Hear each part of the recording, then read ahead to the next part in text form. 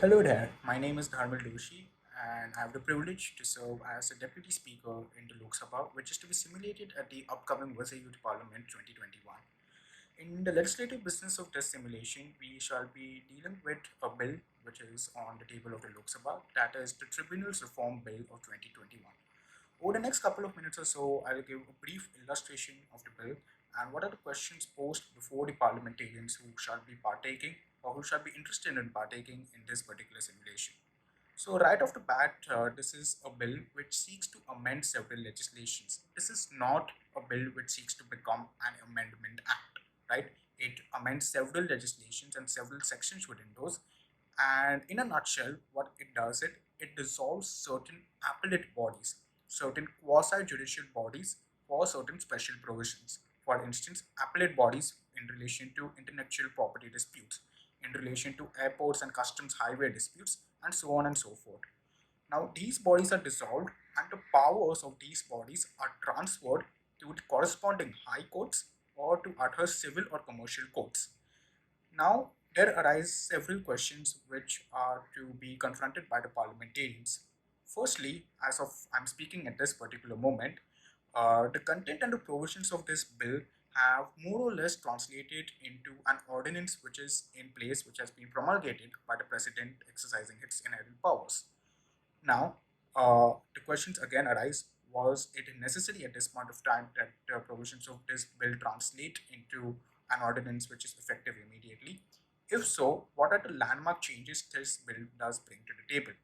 Uh, the administrative side of the bill deals with the various committees which are to be formed and the composition of that particular committee.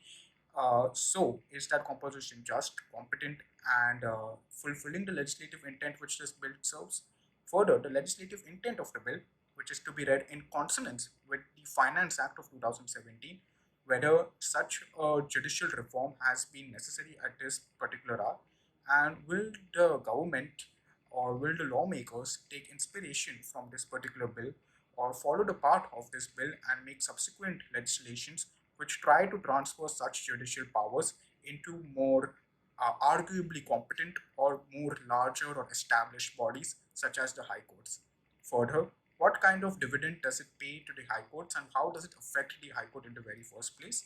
And lastly, what happens to the special attributes which those appellate tribunals would have possessed, where the specific disputes go as an appeal hearing for the second or the third time to these particular bodies? So, is the character or the legislative intent behind establishing the special tribunal in the very first place taken away or withdrawn, and the High Court becomes a rather more general forum in order to resolve these disputes lawfully?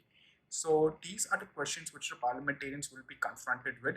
This bill, although its content might be very short prima facie, but if this bill has to be followed in subsequent legislations, this will pave the way for important judicial reforms, controversial judicial reforms, and it certainly does play an important role in all the aspects and all the legislations uh, which concern the amended laws, and specifically in the fields of intellectual property and other areas which require special expertise or special competence by lawmaking bodies or judicial bodies.